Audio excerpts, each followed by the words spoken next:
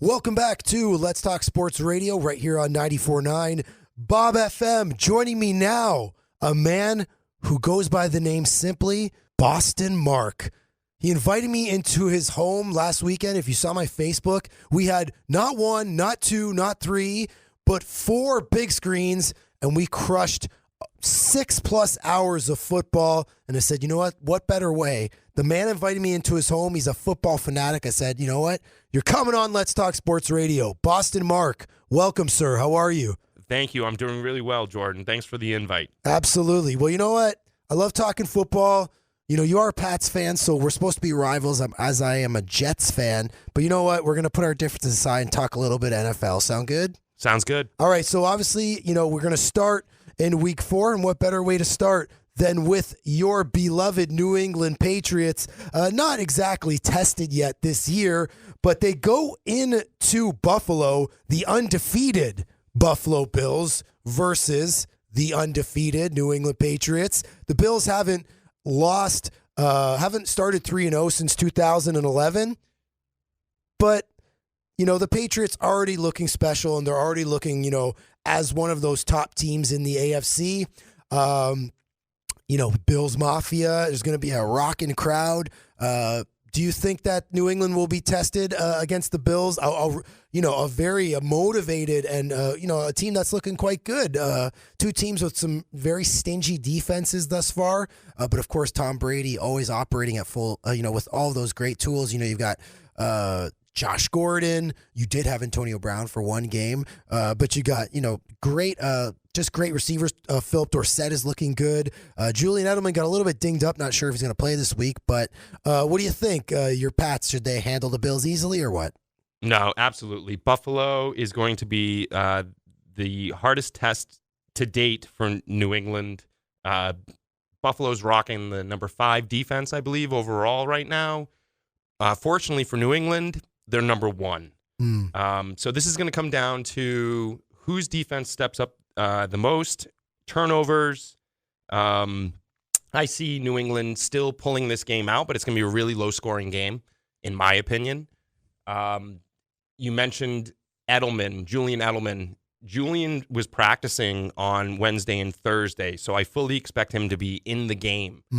If he's out, that changes everything, every dynamic. Simply because they're already, I wouldn't say they don't have as many tools as they thought they would be, but a ton of those targets are going to Edelman. He's getting, you know, double-digit targets probably the last 3 weeks going into this week. Absolutely. Look at the Jets game. The Jets, their defense is not as good as Buffalo. New England opened up that game. Not nearly as good. Oh, yeah. Not nearly. Well, no offense. I apologize. None taken. However, we have a $70 million corner by the name of Trumaine Johnson who wasn't even starting. All of our corners are undrafted free agents. You've got a good secondary with, we're not to go on a Jets tangent, but you got Jamal Adams and Marcus May, but the Jets have certainly underachieved, and they do not look very good. But yes, Buffalo significantly better with Sean McDermott as head coach, the former defense coordinator for the Panthers, so they've really stepped it up on D. Jamal Adams is going to be a Pro Bowler for years and years to come. However, so going to the New England game, first 3 possessions for New England, touchdown. Gross. Julian Edelman left the game with a chest injury. Their next 4 possessions were punt. They ended up scoring a late touchdown. I think that was more because of field position, and they finished the game, I think, with a field goal.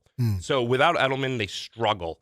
Against Buffalo and their rush defense, Sony Michel, year to date, I think he's averaging approximately 2.1 yards a carry. Not really doing well. And you don't have to be a football fan to know that is not good. That is not good. But he's still, from a fantasy perspective, he's still the goal line guy. He nabbed the touchdown. He nabbed the touchdown. Yeah, he did. So he struggles against Buffalo. I don't think New England's going to be able to move the ball on the ground. I see them trying to spread the ball out, coming out with a lot of 4 and 5 wide receiver sets. James White did not play against the Jets. His wife was giving birth to a child. He'll be back. Congrats, James. I expect him fully to have his best game of the year. A lot of short passes probably in the flats. And also, James White wasn't there. Rex Burkhead, a fantasy darling, had quite a good game. I think if you can get those guys going, get Sony through the tackles, just keep the chains moving. This could also be, you're saying Edelman's going to play. You've got Dorsett and Josh Gordon. He's looking very promising. Obviously been out of football a while, but he has yet to have that breakout game. Absolutely. Philip Dorsett, this is going to be his year. He's been in the system now for over a year. He's connecting with Brady. I see him having his best year. If he's not on your lineup, he's definitely worth a look. Or if he's on the waiver, I think he's on the waivers on a lot of leagues. Philip Dorsett's on the waiver. I want to join that league. One key injury for New England is their fullback. New England is Devlin? New England's one of only 2 or 3 teams that actually has a designated fullback on their roster. Yeah. He's out. Mm. New England scored every touchdown in the postseason last year running out of an I formation with Devlin in the backfield. Really? Now he's out.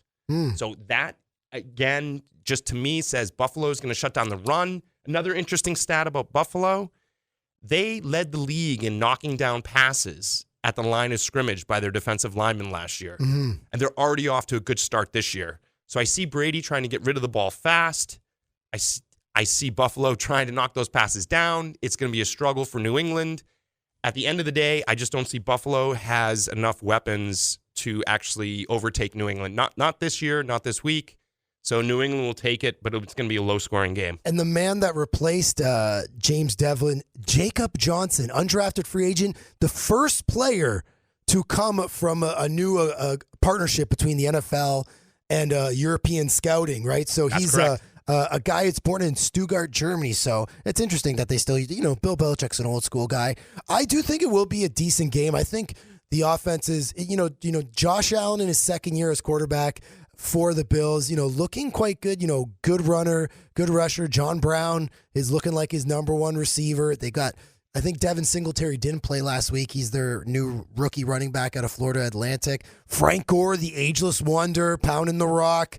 But yeah, I think it's going to be a bigger test for the Pats defense than we might be leading on to. I do say both good defenses, but when you say that, it always ends up being like an offensive breakout. I actually think this might be one of the games that I'll keep my eye on for sure. Anything else to add there? No, definitely worth a watch. Definitely one of the better games for the weekend. Mm-hmm. All right, let's move on.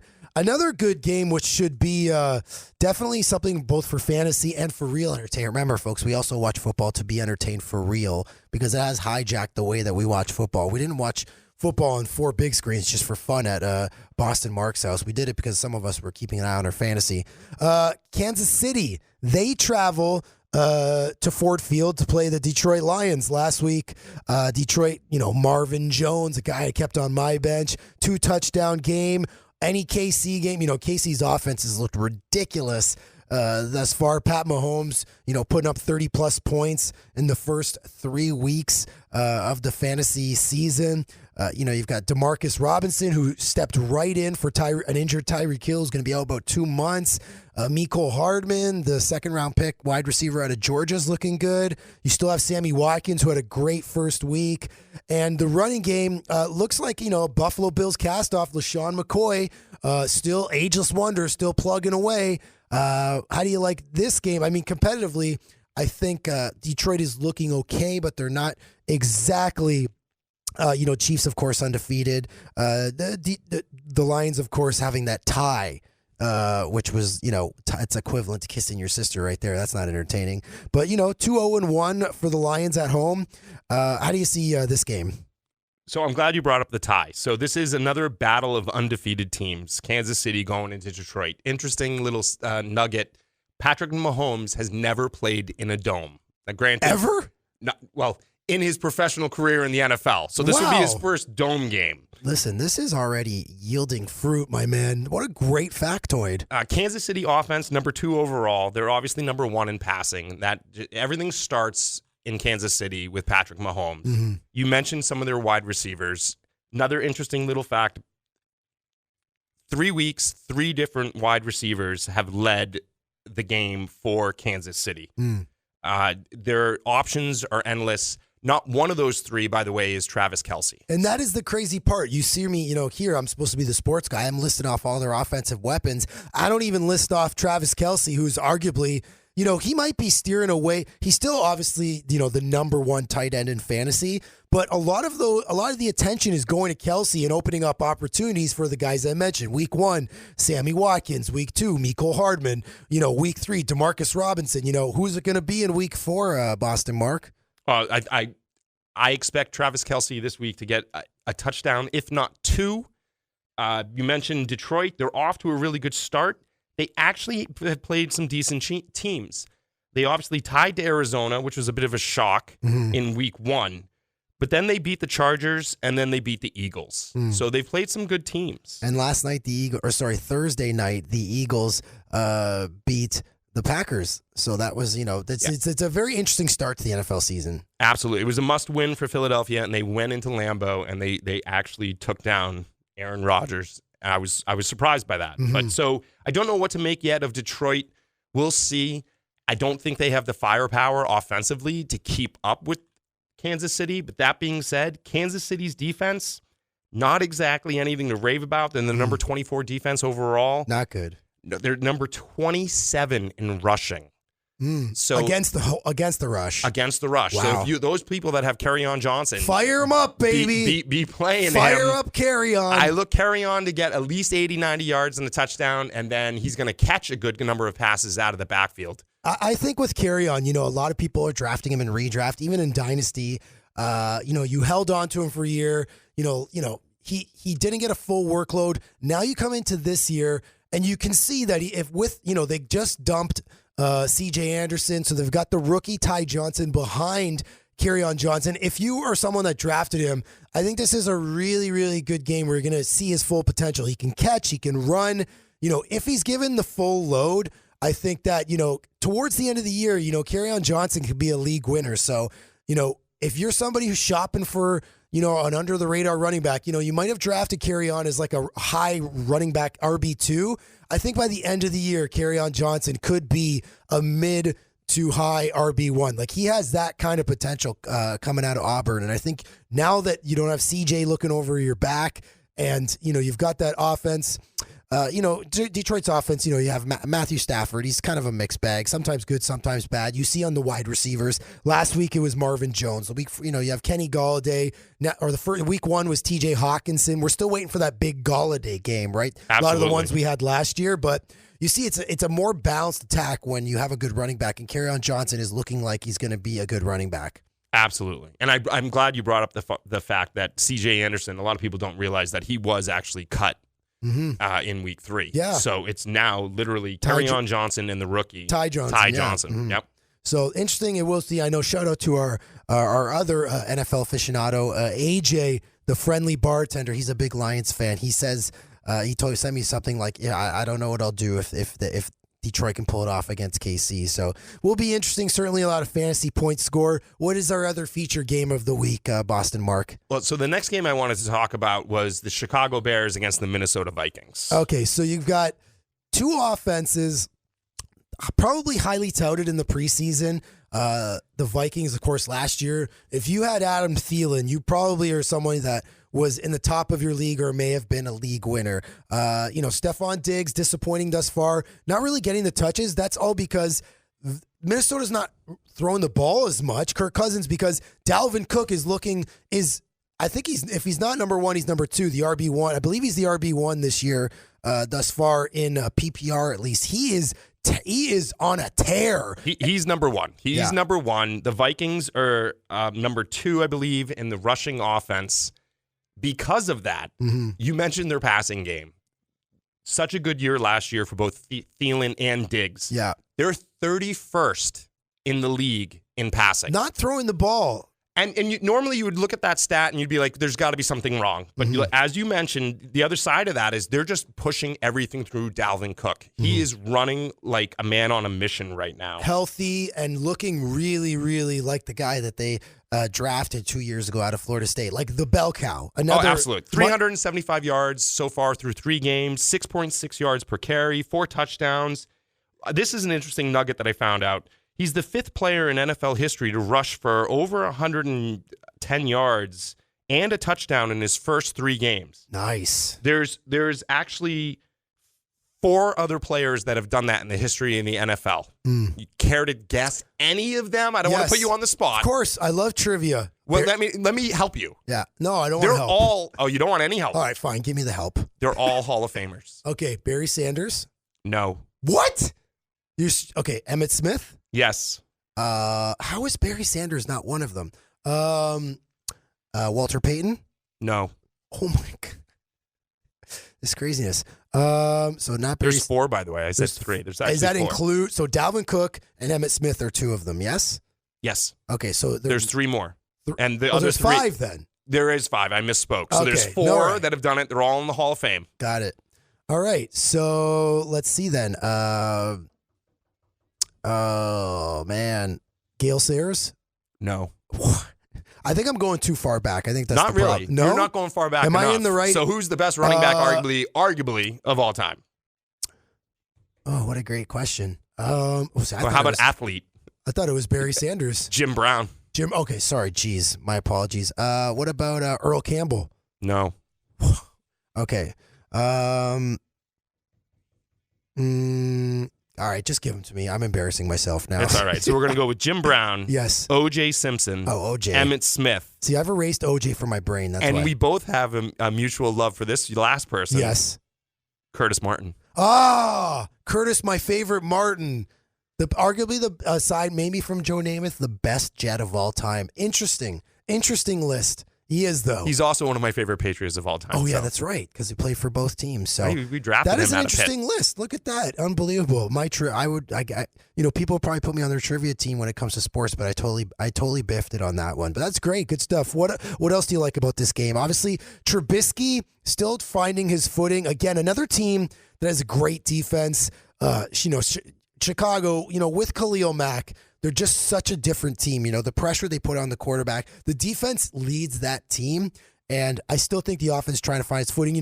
Tariq Cohen, a guy who lit up fantasy last year, they've basically put him in the slot, and they're going with David Montgomery, the rookie out of Iowa State. Now, a lot of people, the fantasy world is split on David Montgomery. The guys who like the metrics say he's not fast enough, but the scouts say he's got fast enough game speed. He's been hot and cold. I don't know exactly how I didn't draft him. I had a chance to draft him, and I didn't. I took N'Keal Harry. I had the 2nd overall pick in the rookie draft for Dynasty. N'Keal Harry obviously injured, so that's neither here nor there. But, you've got Allen Robinson. Last week, Taylor Gabriel had 3 touchdowns en route to 3 touchdowns. So, it's a mixed bag. We don't know what we're getting out of Chicago. Tell me a little bit of what you found out about Chicago. Absolutely. So a lot of people have been talking about how in the preseason, a lot of teams did not play their starters, right? I think Chicago is one of those teams that they're still trying to find themselves out. Mm-hmm. You mentioned Tariq Cohen. Last year, he was a staple in the running game, even if it was out of 3rd down and doing a lot of draw plays. This year, he has 8 carries for 16 yards. He's involved a non-factor. At all. Not involved, which is, I don't understand. Neither do I. I have a lot of friends that are Chicago Bears fans. So last year, I had Tariq Cohen on my team. I watched every game. Like a fantasy winner, because if you're drafting him, again, he's a 2nd-year player. He either was a waiver wire pick or he was a super late pick. So if you got Tariq Cohen, you could put him in a flex spot. Like, he was a great ad last year. In a PPR, absolutely. Mm-hmm. I mean, no brainer. He was catching 6 to 7 passes every game. Mm-hmm. So this year, non-factor in the running game, he had 2 catches in week 2 and 3, 8 in week 1. Mm-hmm. So I still don't know what we have with Chicago offensively. You mentioned Taylor Gabriel. I had the stats in front of me a little bit ago. I think he had 6 catches. Yeah. 3 went for touchdowns. It's crazy. So, great fantasy week, but is he going to be that guy every week? I'm not going to go that far. And, no, and I don't think the answer is no. You're not going to get that from Chicago's offense every week. I just think, if you look back at last week, again, you're talking about a team with some limitations offensively. You've got their leading, receiver, Allen Robinson. But aside from that, the offense is pretty barren because of the fact of the guy that's throwing the ball, Mitch Trubisky. They're trying to limit his throws. He's supposed to be an offensive, he's supposed to run the ball. But again, last week they traveled to Washington, so it's not like Washington's probably a bottom 5 defense, right? So it's not like a proper litmus test. Absolutely. That's a good point, by the way. He was under 60% completion rate in week 1 and week 2. That was against Green Bay and Denver. Yeah. Week 3, they put up some points. You mentioned that was against Washington. Mm-hmm. What are we going to get this week? We'll see. I mean, Allen Robinson is a stud. He's a number 1 wide receiver. He's a must-play in every league. But this game's going to come down to defense. Mm-hmm. So we talked a little bit about the Vikings running game. They're obviously going to want to try to establish the run against the Bears. Mm-hmm. If they can't do that, then this game is going to be really interesting. I can see Chicago's defense scoring yet another touchdown. Yeah, I mean, Chicago DST is one of the best plays in fantasy because, they create so many turnovers and they do so much for you. Anything else to add to that one, Boston Mark? The one thing I would add to this is if you have either tight end for any of those two teams, it's just a non-factor. Just bench him. Trey Burton's done nothing aside from being injured. Kyle Rudolph's done nothing. I think the only I'm not big on stashing tight ends in redraft. I have quite a good stable of tight ends in Dynasty, but again, Dynasty is a little bit different. You're keeping the same 30 guys all year round. I think the guy to watch by season's end is Irv Smith Jr., the rookie from Alabama, right? Alabama. Yeah. So I think by the end, I mean, they did give Kyle Rudolph a contract extension, but I believe that was just maybe just in good faith. I think for sure he's possibly going to get cut at the end of the season. If not, There were rumors that New England was trying to trade for him, and that's when they re-signed him. So I was a little disappointed. I would have liked him in the New England offense. I can see him going to New England next year because they did. See, what I thought, we're going to go off track here. What I thought when they drafted N'Keal Harry in the first round, I thought that they were going to play him in the slot where they played Gronk because N'Keal Harry's quite a big guy, right? Coming out of Arizona State, but of course he's injured now. He's got an ankle. He's not coming back till I believe week 8. I think he can't come back. He's on injured reserve. So that's what I thought. What do you think just because I own him in an asset? Oh, wow. Okay. We're really going off subject. We're going real. That's fine.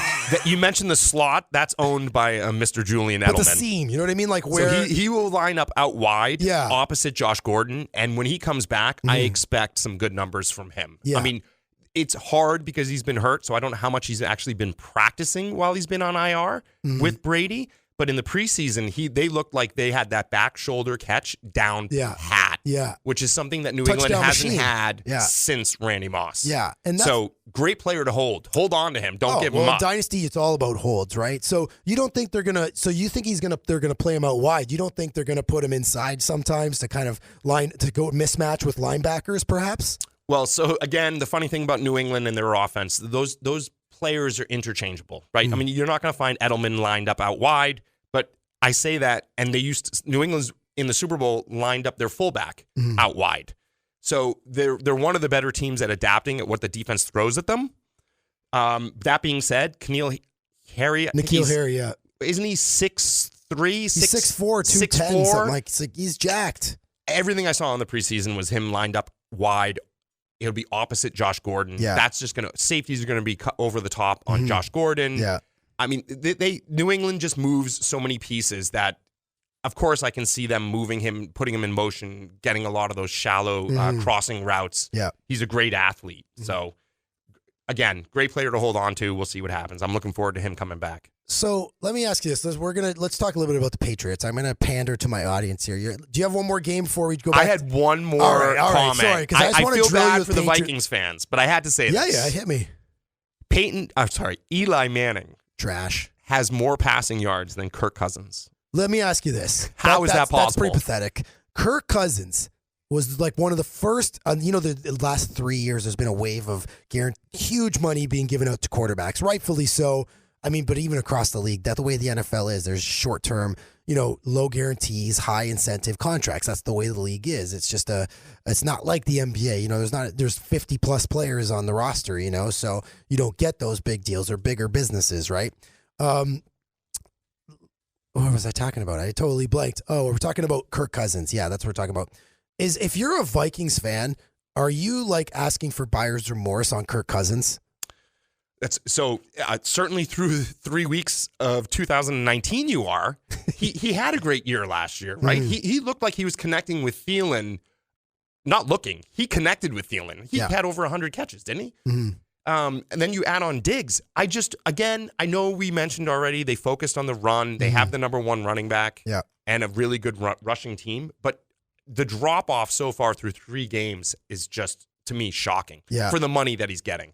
I just think somewhat overrated. I just think somewhat of you know what I mean? Like, was accurate, and, was supposed to be like, the precision more than a game manager. But now the offense has changed. It's like you've gotten this beautiful set of rims, but instead of, having this beautiful car, you're downsizing to like a compact. What are you going to do with these rims now? You know what I mean? I don't know. Seems like an offensive philosophy change after a lot of money was guaranteed. All right, let's go rapid fire, and then we're going to circle back. I want your Patriots, I want your, how do we call this? Your like Patriots thesis for this season. Okay.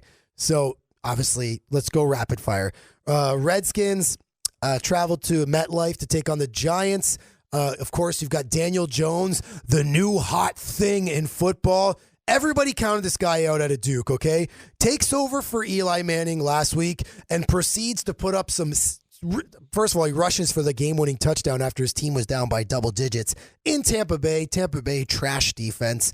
Now they go to Washington. Their only offensive weapon, Terry McLaurin, the wide receiver at Ohio State, is looking. He did not practice today or had a hamstring.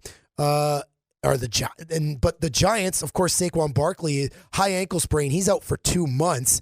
Is this now the Daniel Jones show? Do you believe? And they get, in one more week, they get Golden Tate back off suspension. So you've got Evan Ingram, Golden Tate, Sterling Shepard. You got Wayne Gallman taking over for Saquon Barkley. And you've got you got Danny Dimes. Okay? Yeah, that's the name they've given him, Danny Dimes. So what do you think? After one game. I love think it. Washington is toast, done. Case Keenum, absolutely, completely shell-shocked, not doing anything. They're probably going to go to Colt McCoy at some point, and hopefully Dwayne Haskins, who is throwing balls to Terry McLaurin as quarterback of Ohio State. But the Giants, defense slightly shaky, but the offensive explosion last week by Daniel Jones, he looked quite good. It was impressive. From everything I read, some of the intangibles that some of the scouts say he has is processing information really quickly. And on top of that, he's accurate. If you ask me the traits I wanted in an NFL QB, it would be process information quickly and be accurate. Yeah. Let's face it, Tom Brady is not a great athlete. He's not going to run and outrun people, scramble out of the pocket. He never has. So those traits actually really bode well for him. It's one game, so I'm not going to start shouting from the top of the mountain. You're not going to throw out your Patriots hat to go get a Daniel Jones jersey, are you? What's interesting to me about this is the Redskins coming into the season, I thought they would struggle offensively, but I thought they had a really good defense.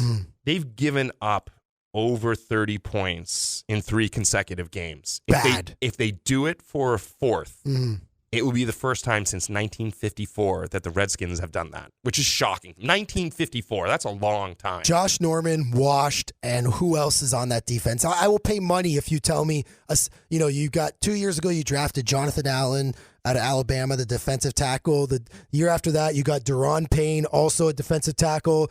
Impressive. Out of Alabama. Everybody's saying that these Alabama players are supposed to be, game NFL ready. I think the other thing that you got to remember is that these Alabama players come in beat up a little bit, coming in out of the league. So I think Washington is washed. Josh Norman is washed. Can't cover anyone.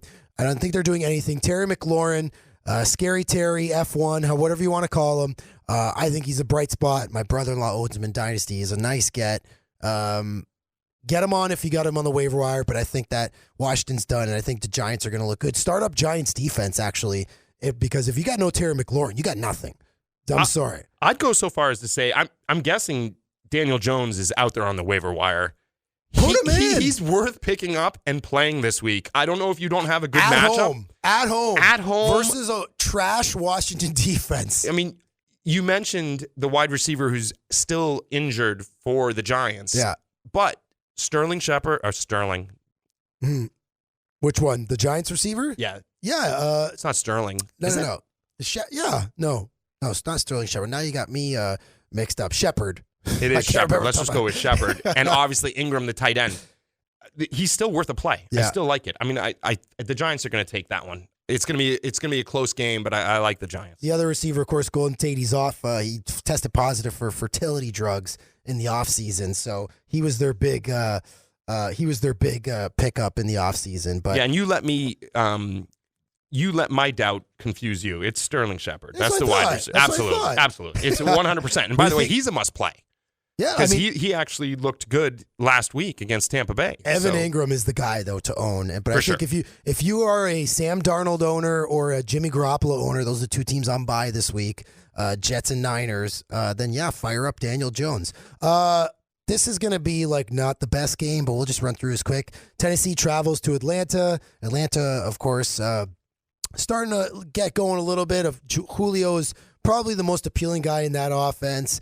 Maybe Devontae Freeman, but just getting a little dinged up. Tennessee, I'm a Derrick Henry owner. Not breaking out, but he's a bell cow, right? So I like the fact when you have one sole guy taking all the carries. He scored in the first 3 weeks thus far. But Mariota not really looking like not much. I mean, at this point in his career, geez, like they got to make a decision here. Are you going to go to Tannehill or are you going to stick with Mariota? Not exactly a game I'm going to watch, but I'll throw it to you. Any thoughts on Titans Falcons? You said it perfectly. I am not big on the QB Mariota. Yeah. He's been in the system now for over a couple of years. Yeah. I honestly think they're going to move on to Tannehill. There are a few games where he didn't throw the ball more than 20 yards down the field. He didn't look capable to do that. You mentioned, though, Derrick Henry. Derrick Henry has 11 touchdowns since week 13 of last season. Touchdown machine. No other player has more than 7. Yep. Touchdown machine. I knew he was good when I acquired him. He's the sole running back. And when you get a bell cow, there's not a lot of bell cows in the league right now. A lot of teams are going to multiple guys. A guy that I thought was going to break out this year, Duke Johnson, I thought he was going to be good in Houston. Boom, you bring in Carlos Hyde. Now Carlos Hyde's getting all the touches, Let me up it one more then. So there's only one running back that has more fantasy points since Derrick Henry, since that same week 13 of last year, and I'm guessing you can get this one. Running back, Saquon. No, Christian McCaffrey. Oh, McCaffrey's right there. Good. Well, there you go. Derrick Henry seems like the only fantasy relevant guy here. I mean, the Titans defense is, middle of the pack, right? So, I like Atlanta. It's going to be, again, it's going to be a tough game. You just don't know where you're going to get out of Matt Ryan anymore. But Julio Jones, I don't know if you know this little nugget. Oh, yeah, Julio. He used to be the guy who never got touchdowns. Just always had over 100. Like Devontae Adams. Always over 100 yards receiving. He's now on a tear where he's got 7 or 8 games in a row with a touchdown. Yeah. Which I think one more game and he ties a record. So he's got volume, that's for sure. I would say Julio and Derrick Henry are probably the most for each team fantasy relevant guys. Rifle through Cleveland, travels to Baltimore to play the red hot. Well, they got stopped last week by the Chiefs. The red hot Baltimore Ravens. Lamar Jackson, Hollywood Brown, Mark Andrews, Mark Ingram. Who can stop the Baltimore offense? Is it going to be the Cleveland defense, the highly touted Cleveland defense, Olivier Vernon, Sheldon Richardson, Myles Garrett? They've got both their starting corners, I think Joe Hayden and their second-year corner, Denzel Ward, have been injured. So a lot of guys injured last week for Cleveland. People are calling Baker Mayfield a little bit overrated at this point, but is it too early to pull the plug? Definitely not too early. You mentioned Mark Andrews, who was a teammate of Baker Mayfield. At Oklahoma. So was Marquise Brown. Yes. Also on Baltimore. So this is going to be an interesting homecoming in sorts for Baker. Yes. The bottom line is right now, I can't trust anything that I see out of the Cleveland offense. Aside from Odell. Absolutely. Yeah, Odell, you're going to fire him up every week. Odell's good for 6 catches every week for close to 100 yards. Yeah. And out of those 6 catches, every time he has the ball, he can almost break it. Yeah. Right? Well, you saw against the Jets, they didn't even put anybody in that play. Oh, my God. I don't think anyone touched him. No, not good. But Lamar Jackson, though, 863 yards and 7 touchdowns through 3 weeks. Pretty impressive. If for a lot of the doubters there, still thinking whether or not Lamar Jackson could play, or did they have an easy schedule the first couple weeks? Well, that's a good point. Let's go back. So everyone thought coming into the year that Lamar Jackson was just a running quarterback. Yeah. Through 3 games, I'm pretty sure he's proven his doubters wrong. Cardinals, he's and Dolphins and Chiefs. Let's not count week 1 against the Dolphins. Yeah. That was like playing a JV team. No disrespect to any No Dolphins worries. fans. A lot of Dolphins fans here in Cayman will agree Absolutely. with you. But they're going to have a hard year all year. Yes. So, but take that game away. He played well. He brought them back against the Chiefs. Ultimately, that came down to they didn't score enough points, and their defense just couldn't keep Kansas City off the field. Got it. All right, let's move on. Let's go. We are going rapid fire, but you know what? I knew you brought your A game, so this is kind of a nothing game, but we'll cover it. Raiders travel to Indy. Any interest? Absolutely. I wouldn't say it's a nothing game. Well, just nothing in terms of my interest level. Sorry. It's very selfish, but, you've got Darren Waller, who has basically taken over the target share in Oakland. No other tight end. I believe another receiver. I saw this on Twitter from one of the fantasy writers. Has more than 30% of the target share of their team. Darren Waller is getting the highest percentage of targets of any offensive skill player in the NFL right now. A guy that this was a Hard Knocks darling, and a guy that, nobody was, he was with the Ravens, had some drug abuse problems, rehabilitated himself, came back through the Oakland system, and is now basically their number 1 receiver for Derek Carr. For Indy, you've got Jacoby Brissett. A lot of people counted out Indy in terms of fantasy. T.Y. Hilton, Marlon Mack, Eric Ebron, but they're still proving to be startable players. Yeah, let's talk quickly about Darren Waller, because you're absolutely right. He actually has 26 catches so far this season, and he's actually going against a Colts team that has given up more tight end receptions than any other team since the beginning of last season. Yeah. So I look to him to continue his domination. I don't know what that says about the Oakland Raiders. Or I said Oakland, LA Raiders, wherever they are now. I think they're going to Vegas next year. Vegas next year. Where are they now? Don't know. They're in Oakland. That's fine. But he's definitely their number 1 option. It's a big game for the Colts. The Colts are 2-1. Everyone was talking about the Colts and how they were going to fall off a cliff after Andrew Luck. But Jacoby Brissett has come in. He's played well.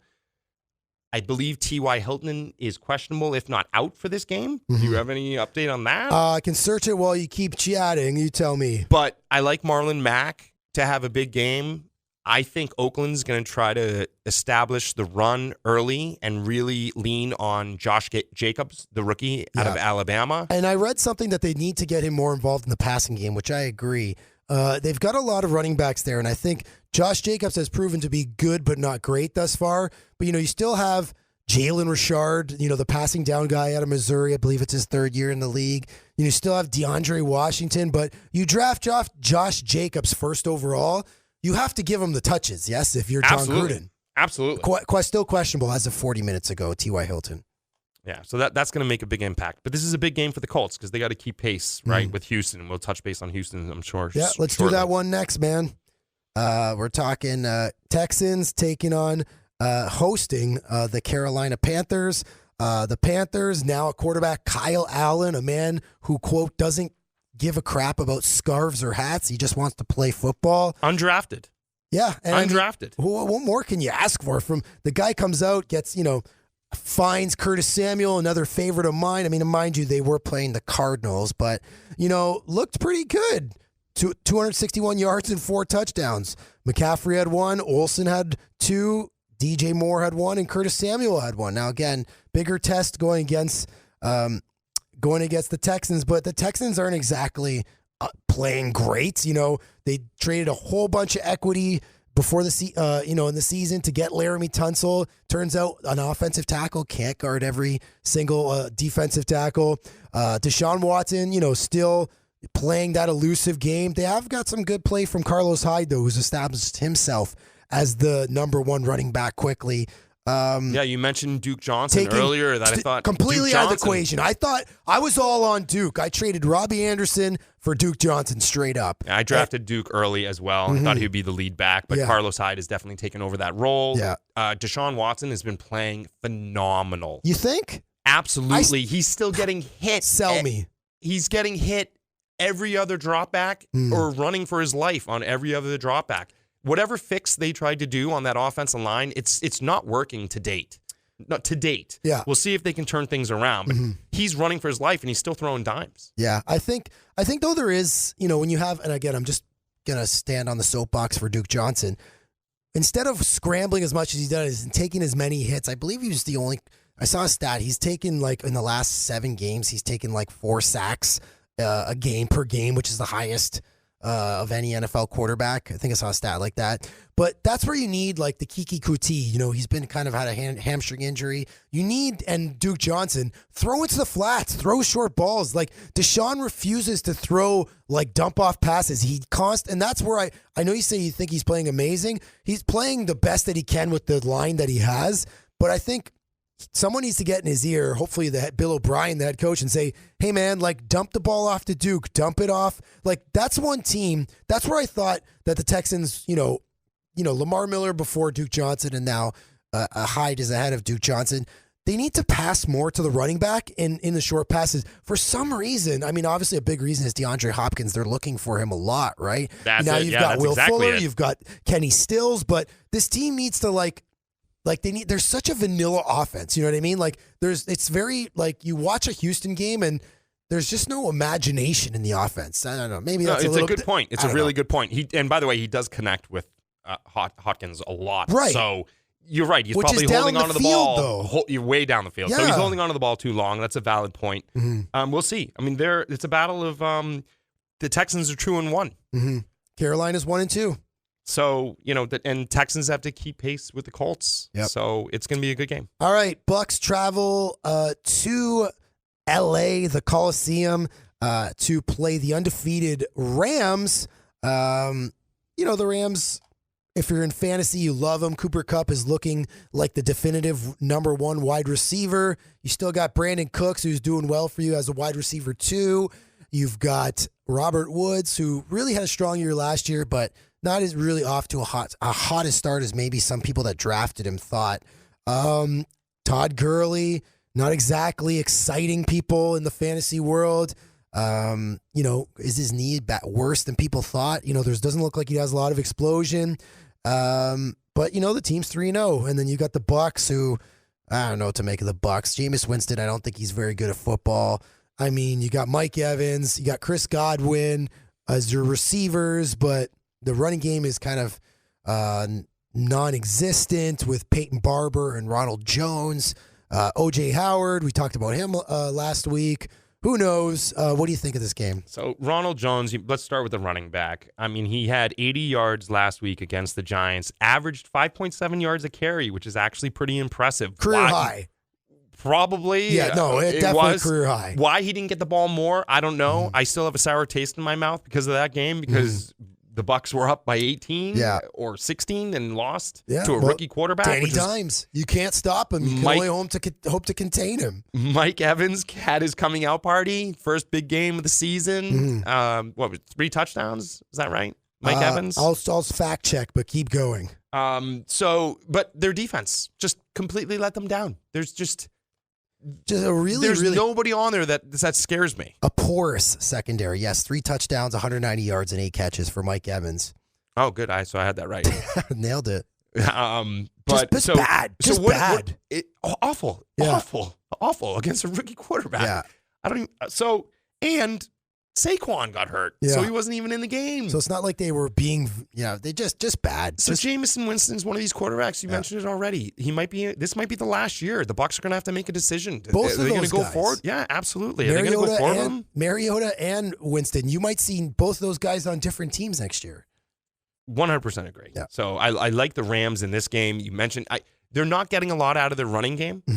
It doesn't really matter right now. But I think that's going to turn around. It might even start this week. Yeah, we'll see. Yeah, we'll see. I know we said rapid fire, but we're having such a good time. Seahawks travel to Arizona to play the Cardinals. Seahawks 2-1. Russell Wilson looking strong.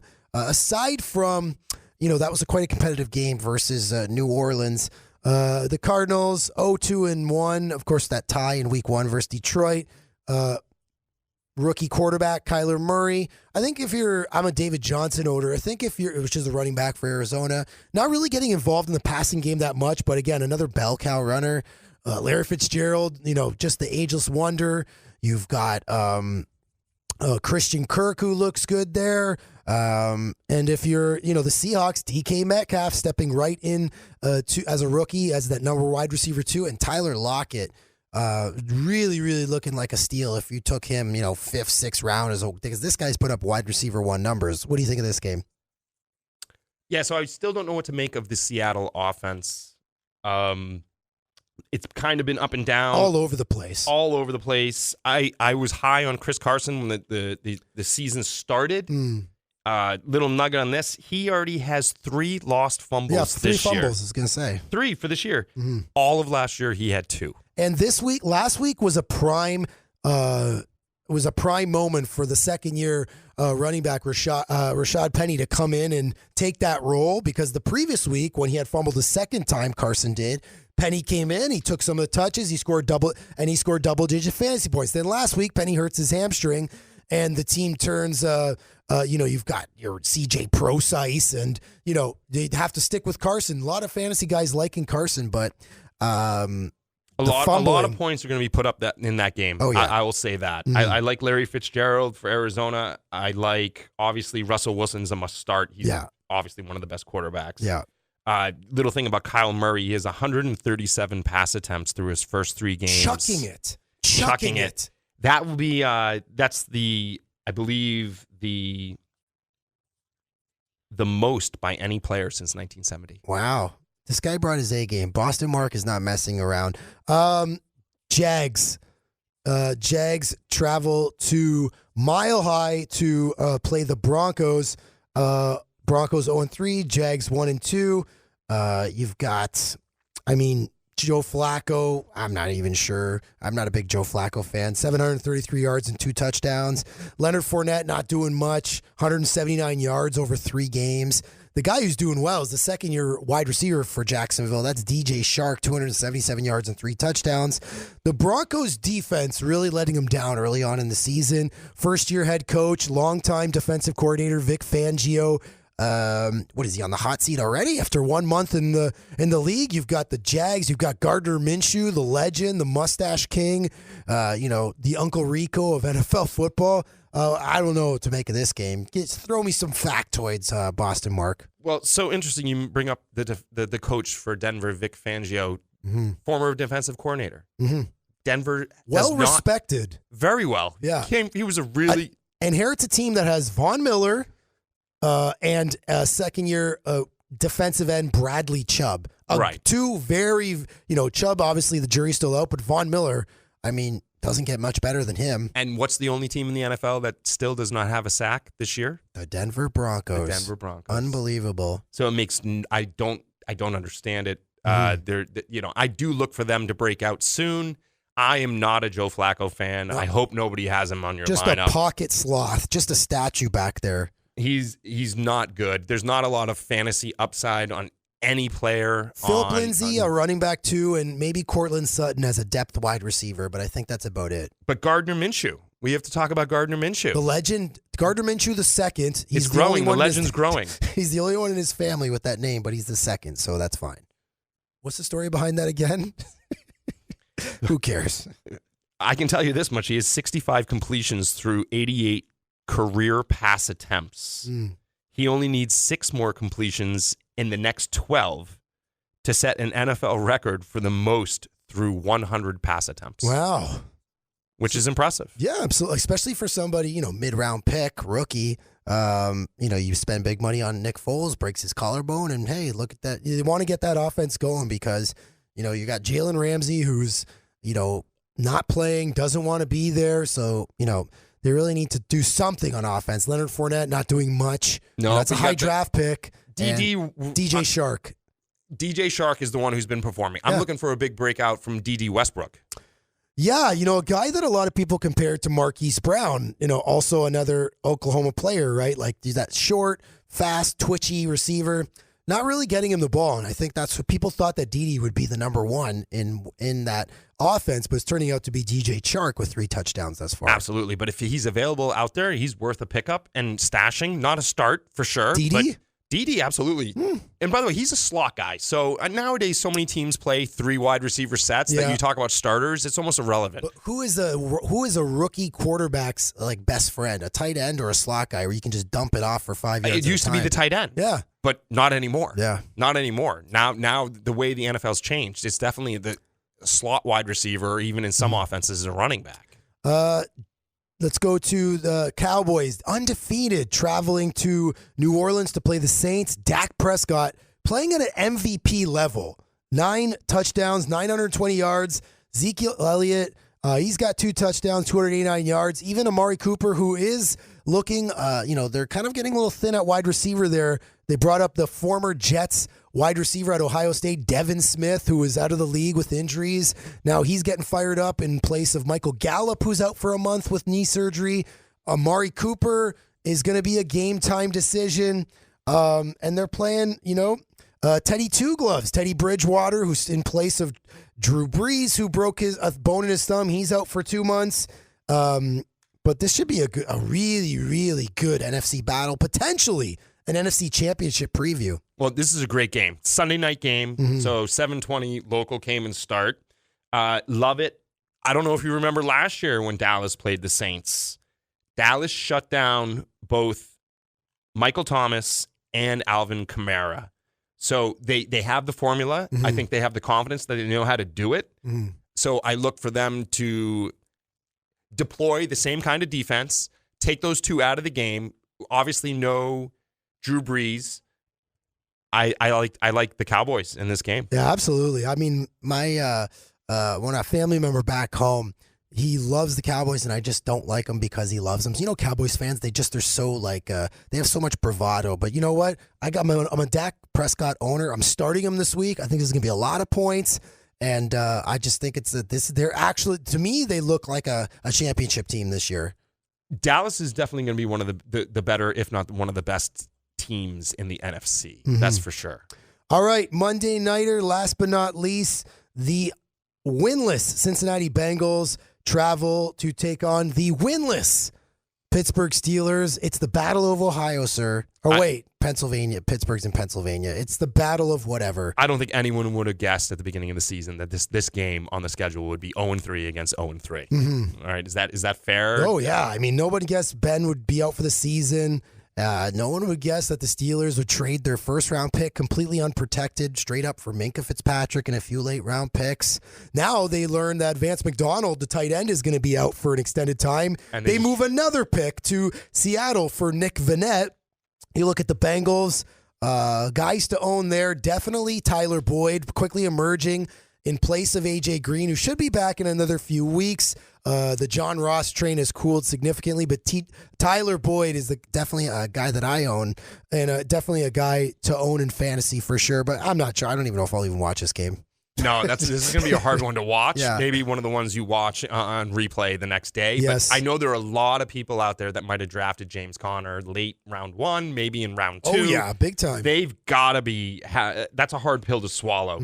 He's averaging 32 yards a game. 32. Yeah. Last year, he averaged 75. He's not getting the end zone touches. It's just, well, they're going to move the ball because they have Mason Rudolph, second-year quarterback out of Oklahoma State. This is a complete change of direction for the offense. It's absolutely 100%, and it's hard to watch because Pittsburgh's been so good for so long. Yeah. But any team that loses their starting quarterback is going to take a huge step back, right? Yeah. So that's a hard one. Little interesting fact, Cincinnati 0-3. Andy Dalton is second in passing yards this season. Crazy. Who would have guessed that? Not many people, especially with a very, one of the worst defenses in the league last year, probably bottom 5, I believe, and a terrible, terrible offensive line that, they've slowly been addressing. But, with the head coach, Zach Taylor, coming in, who was a part of that Rams staff, everyone is associating, Tyler Boyd is the Robert Woods, John Ross is the Brandon Cooks of the offense. And, they're putting points up, right? They lost a close one in Buffalo. So, we'll see. I think there's still some hope for Cincinnati. Not much, but, from a fantasy perspective, I think they'll continue to be slightly relevant. I don't know what you think about that. Well, I like Cincinnati to actually pull this game out, but it's going to be a low-scoring game. It's going to be ugly, but, yeah, no, Cincinnati's the better team, I think, right now. Well, sir, your debut appearance on Let's Talk Sports Radio was a 10 out of 10. It was a success. I can't say that the Patriots will win the Super Bowl again this year, but, they're looking pretty good. But I want to say thank you to Boston Mark for coming in. It's been a great time. Any last thoughts, sir? No, thank you so much for having me. I thoroughly enjoyed it. Yeah, and you will be on again, sir. I promise you. But thank you so much. And thank you, folks, for listening. More Let's Talk Sports right here on 94.9 Bob FM. Stick around.